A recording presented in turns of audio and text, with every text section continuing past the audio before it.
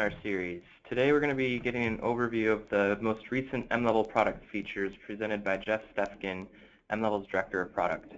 Just a few important housekeeping items before we begin. If you have any questions or issues during the presentation, you can type us a private note by using the question feature in the question panel. Or you can raise your hand by using the raise your hand functionality, and we can open up your phone line so that you can ask your question to the group. And with that, I'll hand it over to Jeff to get started. Great, thanks, Jake. Happy Wednesday to everybody. Thanks for joining us today. As Jake mentioned, today we're just going to be reviewing some of the more recent product updates that we've done, some product features, taking us back to the beginning of 2015, and up to where we're at today. So some of this may be a little bit of a review for folks, but bear with us. We're gonna try to go fairly quickly. If you have questions, as Jake mentioned, you can type them into the questions panel, raise your hand. You can ask them by phone, or you can send us an email later if you'd like. So with that, I'm just going to go back and really quickly just wanted to mention that we're going to be at DevLearn. So if anyone else out there is going to be at DevLearn and you'd care to visit us, we're going to be at booth 531.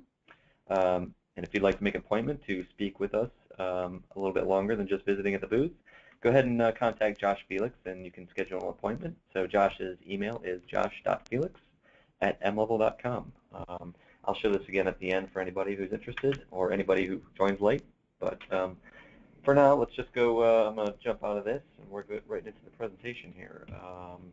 So today I'm going to present a few things. I'm going to go through a couple demos. So as I mentioned, it's just going to be a review of the product features that we've worked on. We'll kind of jump right into it. So the first one that I would like to talk about is Pathfinder. Now, Pathfinder, we actually released this activity late in 2014, I believe, but we did make a lot of significant improvements in the Pathfinder Mission Manager editor. So February was our first major release in 2015, and this included the availability of the admin editor, and the basic framework of the Pathfinder editor still lives on today with a few improvements that were addressed over the past few months. For those of you not familiar with Pathfinder, it's a powerful and robust scenario-based assessment tool that allows an administrator to create anything from straightforward linear multiple choice assessments with user feedback, or you can do full-on choose your own adventure type of branching scenarios. So it's pretty powerful. The editor includes an intuitive drag and drop interface. So this allows admins to create a custom story using what we call scenes and slides. We'll walk through some of this in a little bit here. Each scene contains an infinite number of these slide types, such as title slides, descriptive text slides, full screen images, or videos that you can use to, build your storytelling along the way. And then you can add 2 to 4 single select multiple choice or true-false answer options at the end of each scene. And this gives the ability to mark options as correct, so 100% credit, or you can do partially correct. You can give 50% credit, or so that kind of means the answer isn't wrong, but there's probably a better answer, or you can do no credit for incorrect answers. So we have this sort of ability to give these weighted answers, which is nice. So in the admin itself, the slides can be rearranged, edited, or deleted within a scene, and then scenes can be easily rearranged and deleted within the activity as well. I'm just going to go down to this guy here. Actually, I'm going to go full screen. And then recently we've added the ability to edit a scene name, so you can do that by clicking directly on the scene name, which we'll show you. And for some reason I'm going into slideshow mode. Let's go over here real quick. Let's see. So yeah, let's go ahead and dive into the Mission Manager real quick, and I can kind of show you some of the stuff that I'm talking about. So let's go over here. So this is the activity screen, so the activity editor for Pathfinder. You can see here we've got, these are what we call scenes over here. So each of these larger blocks is a scene. I can go through my scenes here. So this is scene 2, this is scene 3. If I want to rename this scene, I can just click on this link here. I can call it scene A instead of scene 1 if I want. I can call it whatever I need to. And then what we have here is slides underneath here. So what we're calling slides, this happens to be a title slide. So this title slide gives you the ability to change text. Text will be white, and you can change the text color by using this little color picker here. And I can do that as well. So if we wanted it to be blue, we can change it to blue. Go ahead and do that. Then we also have descriptive text. So this is a white background. It's sort of translucent. You can choose a background image. This happens to be sort of a Star Wars type collage for my example mission here, or my example activity. And then you can change the text color. Text is basically will shrink to fit if you put a lot of text in there, so it's kind of nice. We have a video slide, so you can upload a video, watch a video in here. We also have a full screen image slide. So you can choose a slide that will display a full image. And then you can add additional slides just by clicking this button. So if I wanted to add another title slide in here, I could do that and say, this is a title. And then at the end of each scene, you have the opportunity to ask questions. So you can change a few of the images in here. You can ask a question, and then you can have answer options. So you can have from 2 to 4 answer options, like I mentioned before. They can be correct. They can be partially correct. They can be incorrect. So you kind of set those up.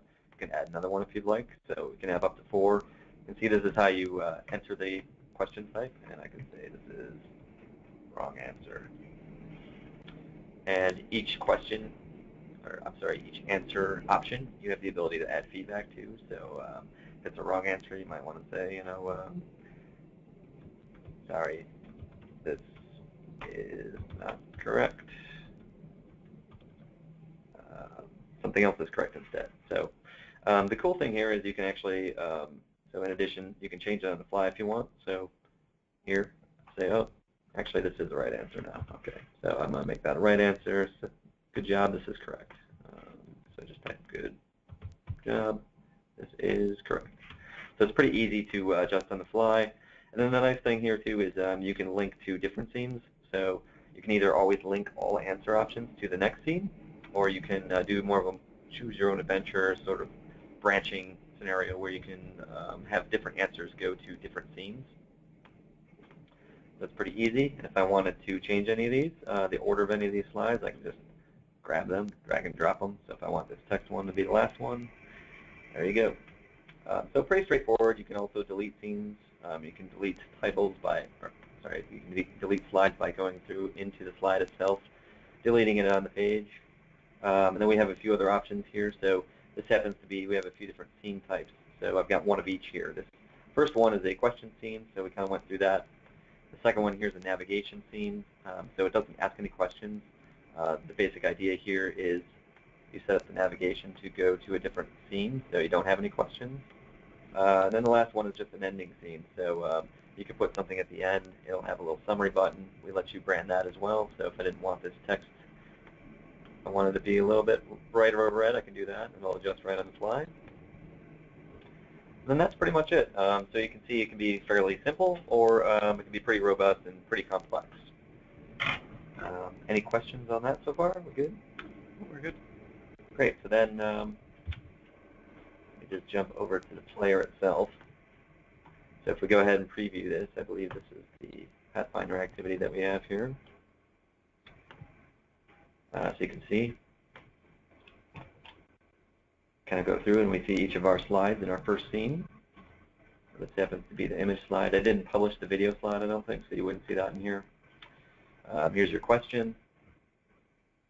And I should also mention in the player here, you can actually go back and forth until you get to a question. Once you answer the question, you move on to the next scene, and you can't move backwards. So in this case, my options, I know which one is partially correct, so I'm going to say this one just so you can kind of see. You can kind of get the feedback that, you know what, well, he was involved in this, but he wasn't the best answer. Here's the answer.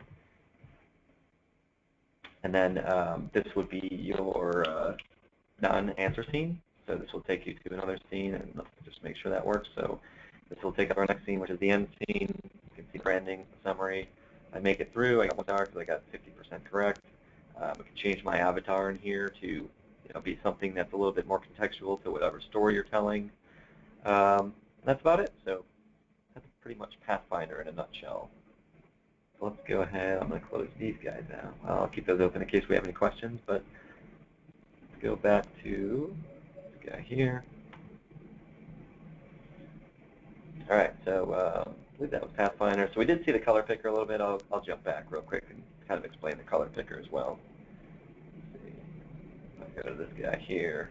So here's our color picker, and just a few notes on the updated branding color picker. You'll see that we've recently updated it so that you can now type a hex color. So if I know a specific hex color, I know this is gray, I believe. If I do CCC, that's gray, so it automatically saves it. So it's nice if you have corporate branding colors, you know what the hex colors are. You can just go ahead and just copy paste those in or type those in if you know them.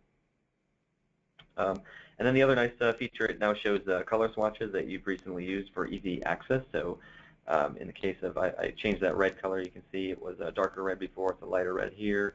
If I want to go back and change that, once I choose this, now the gray becomes sort of locked into that recent color swatcher area as well. And then this blue is just the default color, so you can kind of always go back to the blue, the default if you'd like. I'm going to go ahead and keep it with the red. And then the other cool thing I wanted to show was this sort of, probably if I move over to the title side, you can see this better. In here, when I start moving things around, you get this real-time preview, which is pretty cool. So you can kind of gauge, you're not guessing anymore. You can kind of see what happens as you change the colors. And if you want to get something just right, it's a pretty sweet feature. So a little feature, but pretty powerful. Any questions? All right, no questions.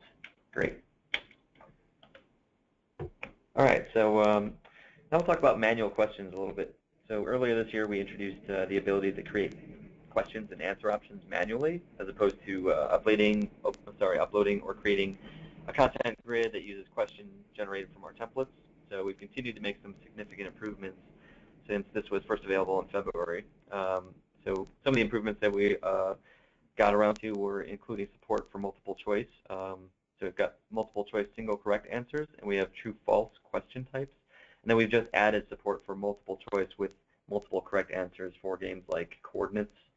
We're also working on a newer multi-select game, so we'll probably use that for that as well.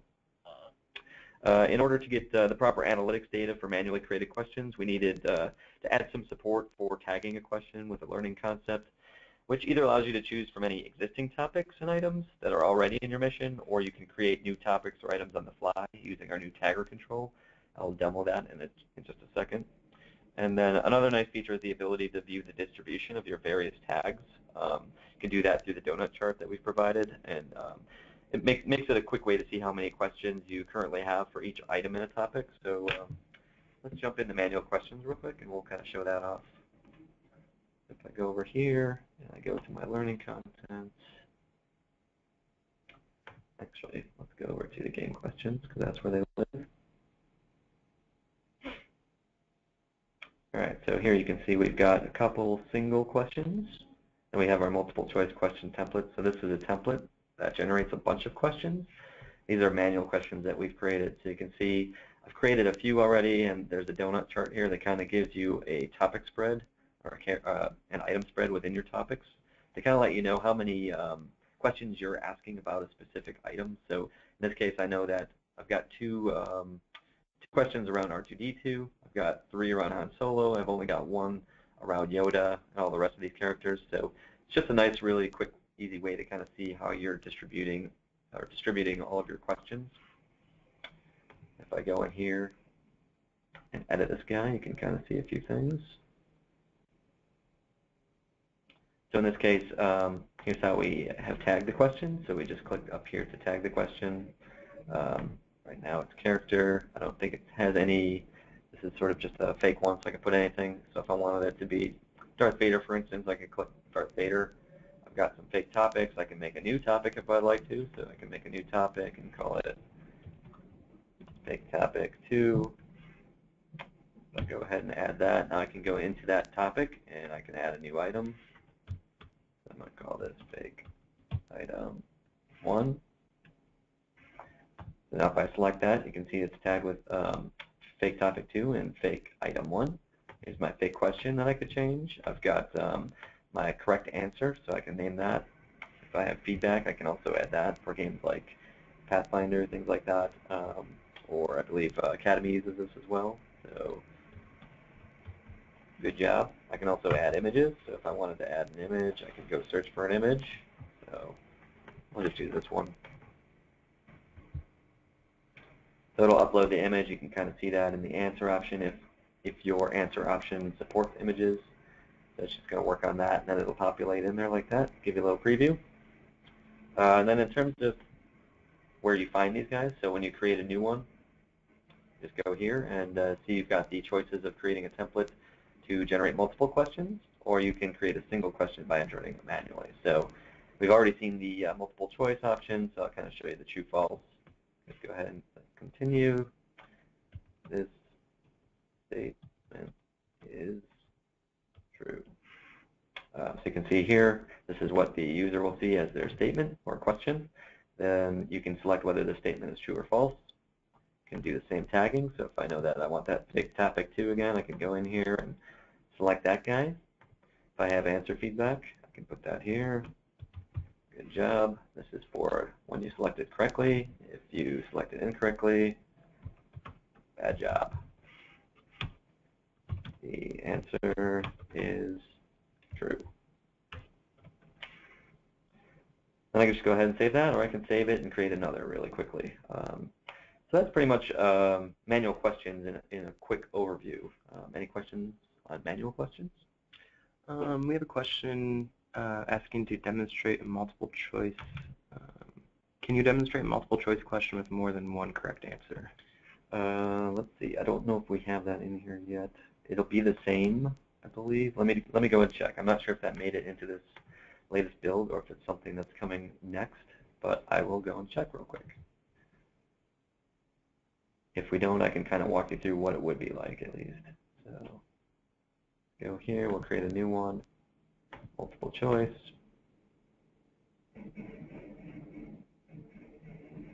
Wait for that to load up. So here, so basically what would happen is, well, let me just try to write the correct answer first. Correct answer 1. Yeah, so what's going to happen here is you're just going to have another option here for having correct answer. So you can add as many correct answers as you want. And then you'll have the ability to add wrong answers as well. So that'll be the basic change for it. And the reason why we probably don't have it is because we don't have very many multi-select games right now, multi-correct games. We only have one. And I think that's coming in the next build, I believe. So more to come on that. All right, so let's jump back to our presentation. So let's talk about reporting and analytics a little bit. So as I mentioned, the tagging allows us to get some nice knowledge reporting on any manual questions. So we've also added the manual questions and associated tags to our question exports. Earlier this year, we did add some gameplay details for every game in reporting. So we did this originally with Pathfinder, and we sort of we got some good feedback on that, and I can demo that in a second as well. So we've added that for all of our games. And what this does is it allows admins to look up any question-based activity in a mission and view all of the questions that were viewed in the gameplays and see how the answer results were in both you get a little quick preview thumbnail, and then you also can expand each section to get a detailed list view when you do that. Another reporting improvement was showing additional ranking and sort information, such as mastery percent points on the mission leaders reporting page to sort of clear up any confusion about why people are ranked in certain ways. And we've also gone ahead and updated that in the app leaderboards as well. In addition to all the great new analytics features that I've just mentioned, our team has also been working, they've been very busy working behind the scenes to improve the performance and speed of our analytics site. So some of these improvements are very technical database structural changes, and others were just simple layout changes, like moving each activity into its own tab on the performance page, which allows us for much faster page loads since we're breaking the data up into smaller chunks. So I can go ahead and demo a few of those things now as well. So if I go back here, go ahead and switch over to analytics.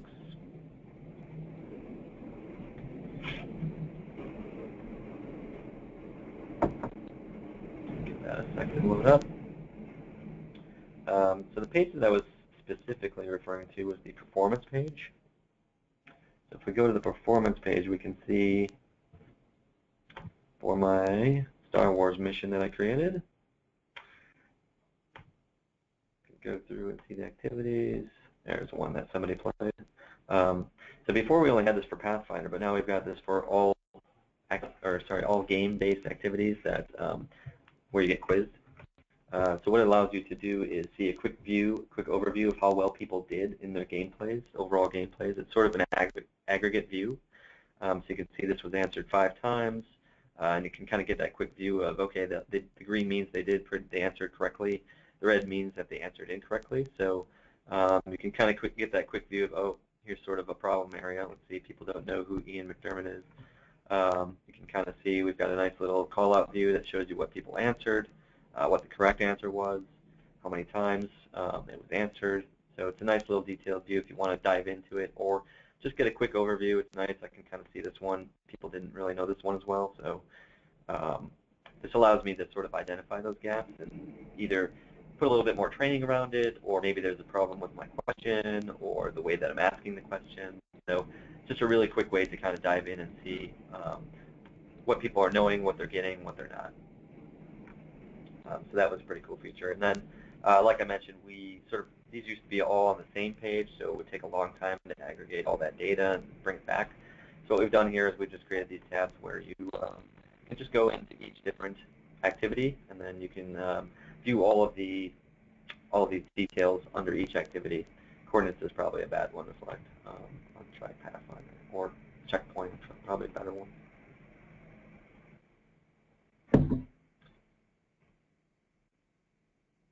I seem to be having some connection issues, but the general idea is you'll get this this general preview up here of the recent gameplays, and then you'll get all the details at the bottom here. And then we also have we added this new sort feature, so pretty cool.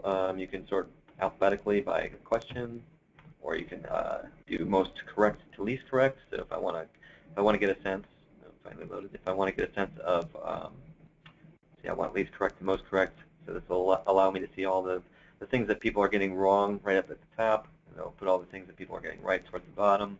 So this becomes a little bit more important for me. So some nice filtering features here that we added as well.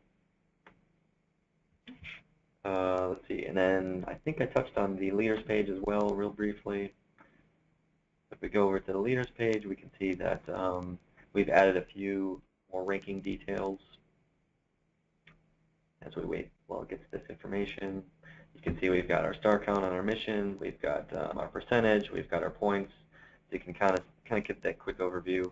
I believe for activity, we still show percentage, we show points, and then we also show the minutes here. So really simple changes, but just small feature requests that people were asking for that make a big difference. Any questions coming in on reporting? Great. Jump back to this guy here. So let's talk about Knowledge Navigator a little bit. This is one of our 2.0 features that's been around for a while. So another feature that relates to the manual questions is the ability to add custom topics and items and item values in a Knowledge Navigator activity. So for example, you can add a topic or an item via the tagger control in the manually created questions. Then you can open that content grid and you can add additional data as needed. So what this allows you to do is add very specifically formatted content. So think of this as when you go to the content grid and if you have like a very product spec sheet, it works well in the Knowledge Navigator. But when you have more process-related items, things of that nature that maybe don't fit in that spec sheet matrix format as well, you can go in and you can add things to the Knowledge Navigator just by simply going into the tagger and entering that information formatted the way that you want it to look, and I'll show an example of that in a second. So the other nice thing is you can include it or not include it in a publish for your activity, so I'll show an example of that as well. And then, just generally the Knowledge Navigator can be used for pre-game prep as a reference while on a mission, or for real-world point-of-need reference. So the topics identified during the gameplay as needed additional study can be added to a study list. So we've got the concept of the study list for the end users, and then you can now include multiple Knowledge Navigators in your mission, and the items will only be displayed within the specific Knowledge Navigator activity that contains that specific topic. So that was another recent update that we did based on a customer request or a few customer requests. Let's go ahead and I can show off a little bit of the Knowledge Navigator improvements as well. So if I go back to, if I go into this one, I can show you. All right, that's great. So, oh, I know what happened. Yep. I need to be in here. Let's go into this guy here. All right, so if we go into topics, we can see I have two topics here. This TV shows I've actually created using the manual questions tagger, and then this video games has been created using the generated template grid. So if I go here, you can see I can show or not show each of these. I can hide and show when I publish, and then if I go into, let's see, if I go back to the knowledge grid, this grid here was actually created for me as I created a tag in the manual question. So why don't I go ahead and show that off real quick. So if I go and create a new game question, and I say it's single question by entering manually, I can use this tagger here so you can see I've got TV shows. Now if I wanted to make a new one and say I want it to be characters, go ahead and add that characters tag. What that's doing behind the scenes is it's just creating a new topic. So it's going to create a new grid behind the scenes for me. And if I create a new character in here, so I want, say for instance, I want Pac-Man. So Pac-Man's my new character, and I also want Mario from Super Mario Brothers. So right here I've added these two new items within this topic. So if I go back, let me save this question. See if I can save this. Question 1. Say Pac-Man is the right answer, and Mario is the wrong answer. Go ahead and save that, and if I go over here to the learning content, you'll see I've got a new topic that's called characters. So if I wanted to go in here and see if this was a very process-oriented thing, which Pac-Man and characters is probably not the best example, I could say this is an example of a headline. So this would show up as sort of a headline. And this is an example of description. All right, so if I add that in there, if I go back, let me see, if I go back into, well, I'll have to go publish this. Let's go publish, if I publish Knowledge Navigator, it should show up in my mission itself. So let's go in here. Let's try this out. Actually, I think I have to log back in. So let's do that real quick. Let me select this tenant. I believe we were in this one.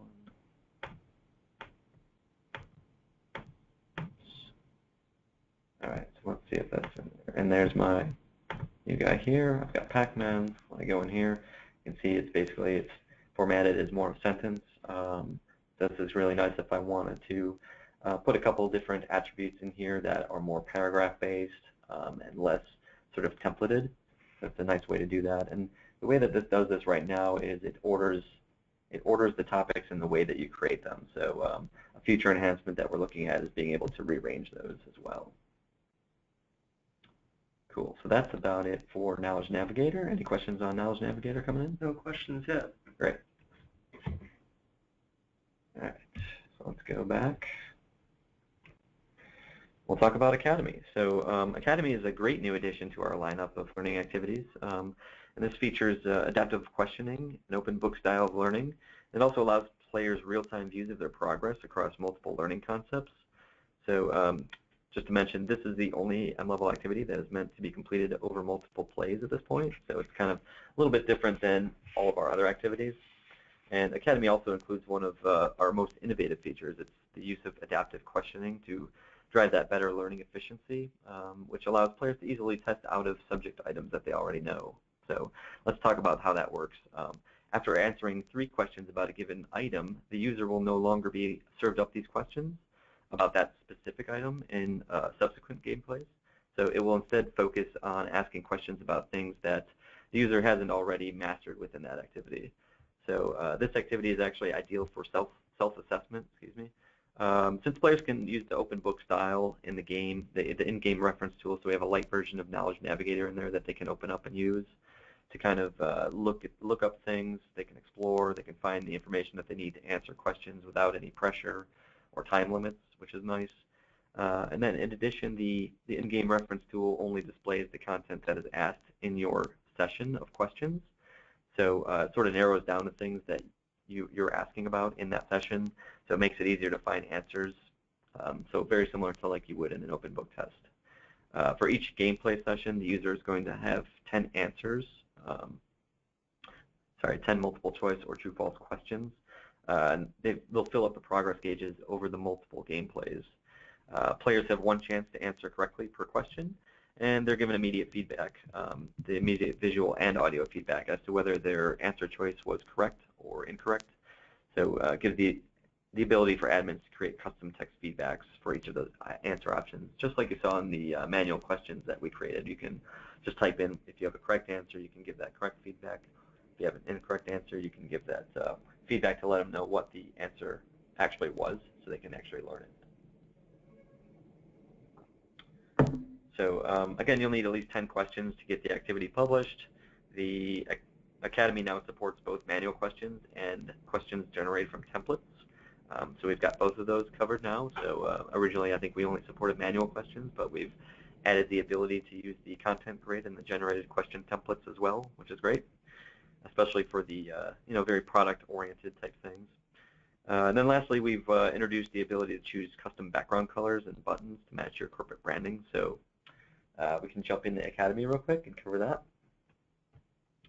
Let's go back out of here, and we can play Academy.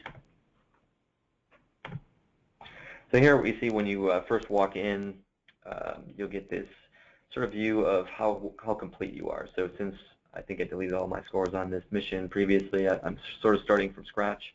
I've not played this before. It's basically telling me that I need to fill in this gauge as I go along. So then it'll fire up 10 questions within that topic that you've got here. And you can see if I answer incorrectly, it'll give me what the correct answer actually is. If I added some feedback text in here, it would show up under here as well. And I can click next to go to the next question. So if I don't know the answer, I can actually go into Knowledge Navigator. I can kind of look something up. I can do a little bit of exploring. So I can find a few sort of characters. I can find out what their story is. This one I'm going to say is Frogger.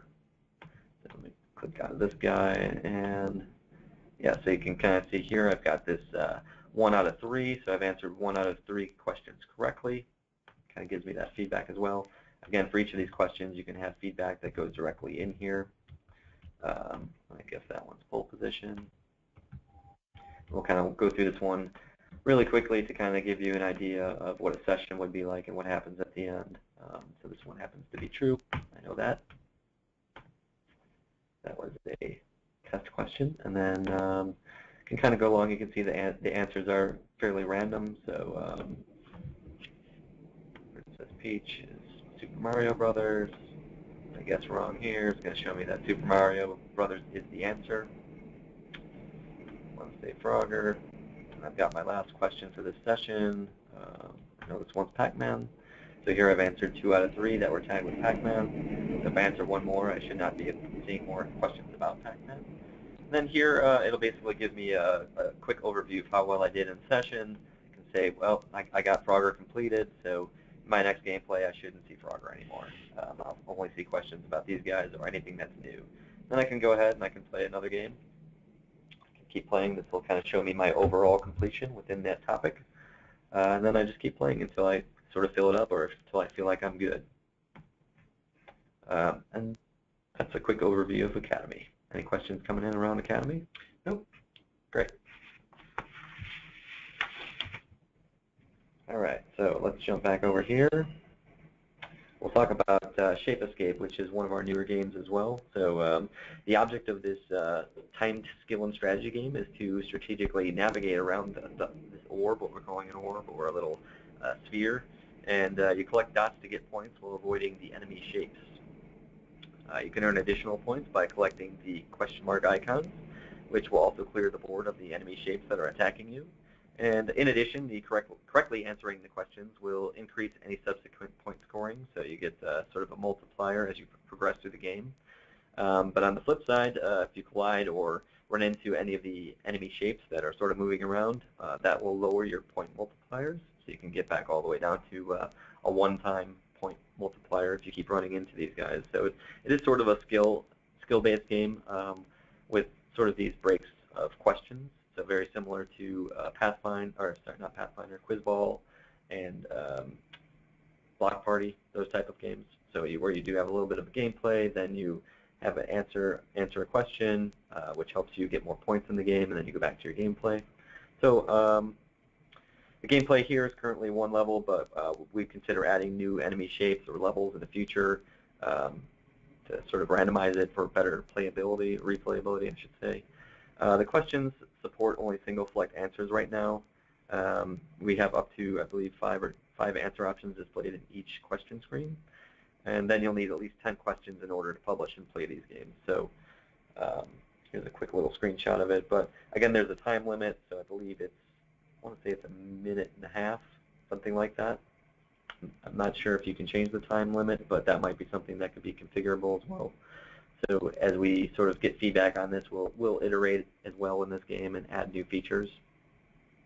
But really, it's ideal for longer questions with short to medium length answer options, fact memorization and assessment, answer options that display an image, and then again for breaking up other activities with some more fun type gameplay.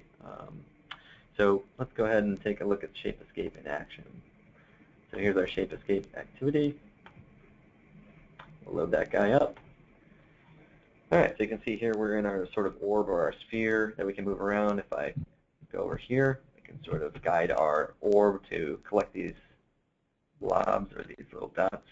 And as I go around, I want to avoid these shapes. I can gather up these questions. So if I answer a question here, I believe the answer is Qbert, and I'm correct, so I get that. So now I've got a 2-time point multiplier.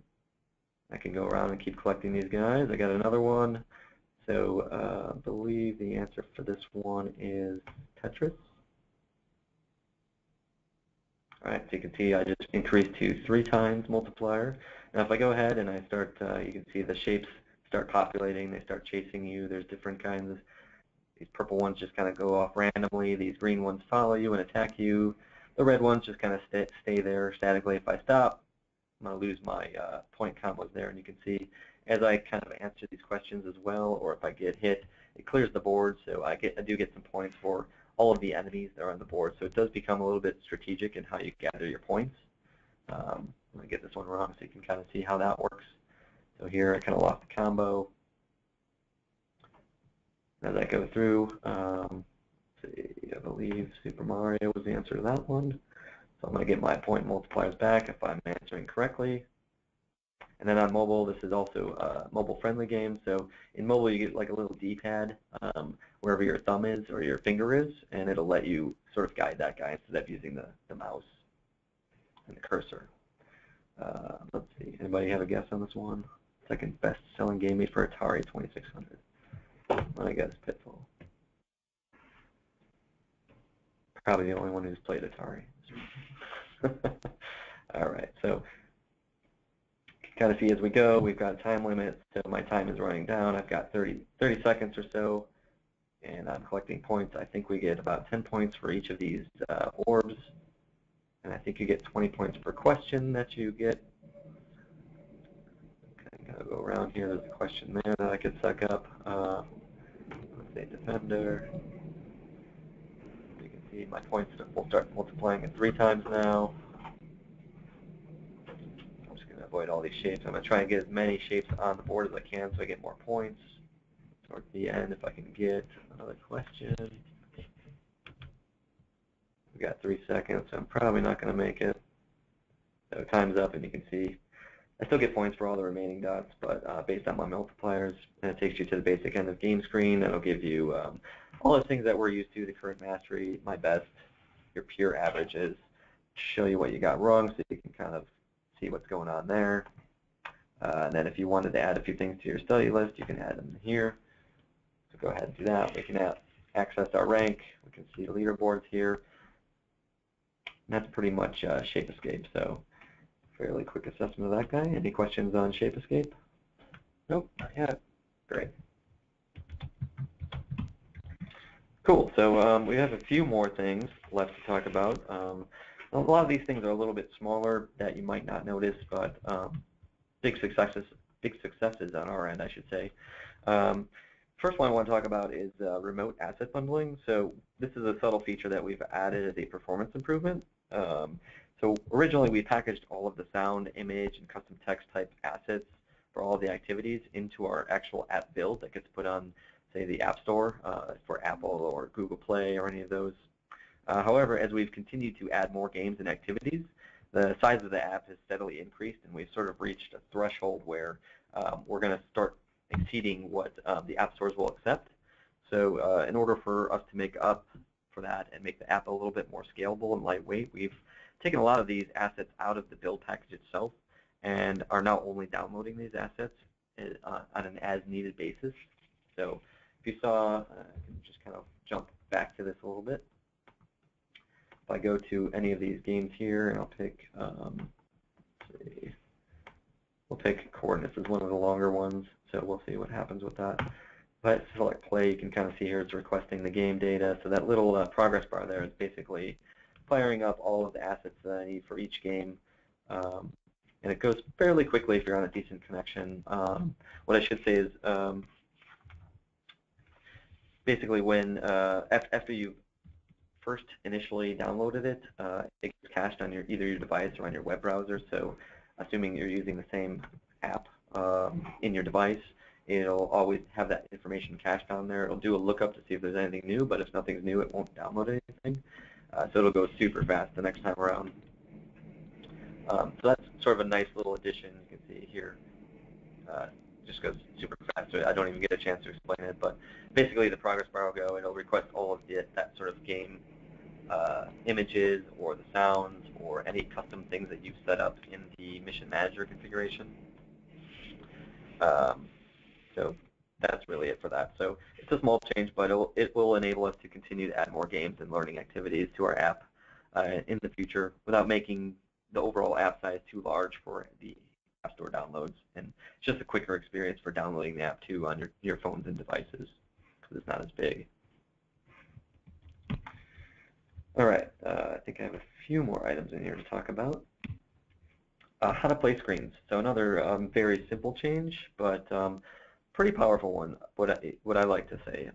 So it's a small but powerful change that we've recently implemented, reworking how the how to play screens actually look and feel and what they actually present to a user.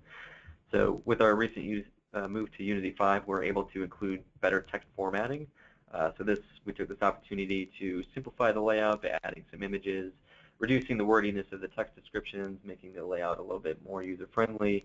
What we were finding is a lot of people didn't want to read sort of that long list of the rules, things like that. So we sort of simplified it, giving you the basics of the game and let you explore what the actual rules are along the way. So we hope that you'll find these new instructional screens to be easier to understand and helpful to your users.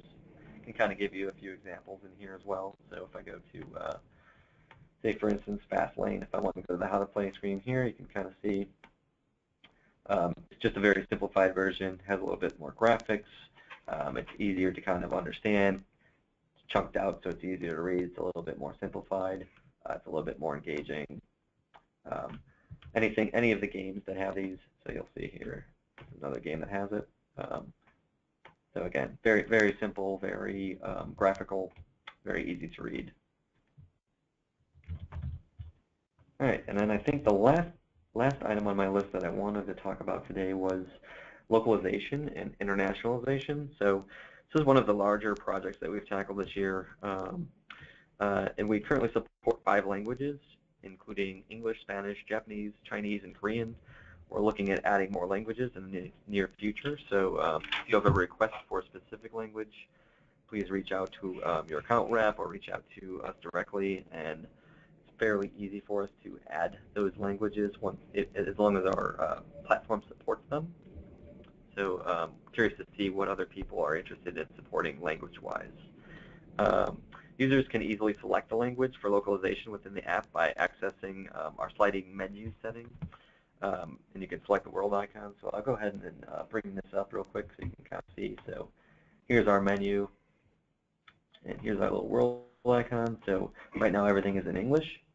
So if I go ahead and select this, and I wanted to select Spanish, so you can see all of the items that are basically text labels within the app itself will translate over to Spanish. So in this instance, some of the mission content is still in English because that's the way the admin has set it up. So we also support all of these languages in the mission manager as well. So if you wanted to do a purely Spanish mission, you could actually present all of your missions in Spanish as well.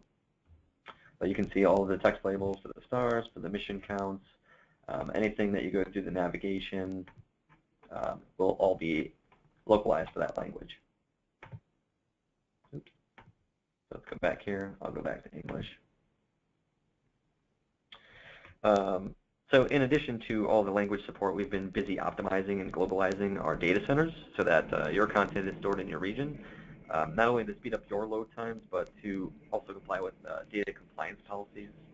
So that's a pretty big win for us in terms of speed and optimization, but it's also a big win in terms of data privacy and complying with all of the rules that are out in Europe, things like that. So some really great stuff that we've been doing with internationalization, and we'll continue to add more globalization features as we move forward. And that's about it. I've left about 15 minutes or so for any questions. Any questions coming in at this point? Or? No, we had some questions about if we'll be sending out a recording at all. And yes, we're recording this, and we'll send out a link to the slide deck as well as the recording that'll be on the support site at support.mlevel.com. Great. Other than that, no questions right now. Cool. So I'm just going to open it up here for a minute or so for any questions that can come through. Again, if you want to type the questions, you can do that in your questions panel, or you can raise your hand and we'll open up your phone line. We'll unmute you if you want to ask a question. Just give a couple more seconds here for anybody to think about anything they might want to ask. And while you're doing that, I'll just remind everyone, for those that joined late, we're going to be at DevLearn at the end of September and early October. So if you're there, please come visit us at booth 531, and if you'd like to schedule a little bit of time to talk with us, please contact Josh Felix. His email is down there, josh.felix@mlevel.com, and he'll be happy to schedule some time with you. You can talk to some of our reps, and I'll actually be there as well, so hopefully you can stop by and say hi. We do not have questions. Anything coming in? Oh, no, great. All right, well, if you do have questions later on that you think of, go ahead and email us, and we'll be happy to answer those. And one quick item here, just wanted to let everybody know, save the date for our next webinar will be September 16th. So Wednesday, September 16th. The topic is still to be determined. We've got a few things lined up that we're considering, but if you wanted to save the date ahead of time, put that on your calendar. All right, thanks everyone. Anything else, Jake? Nope, that's it. Great. All right, well, have a great week, and we look forward to seeing everyone at our next webinar in September. Thank you.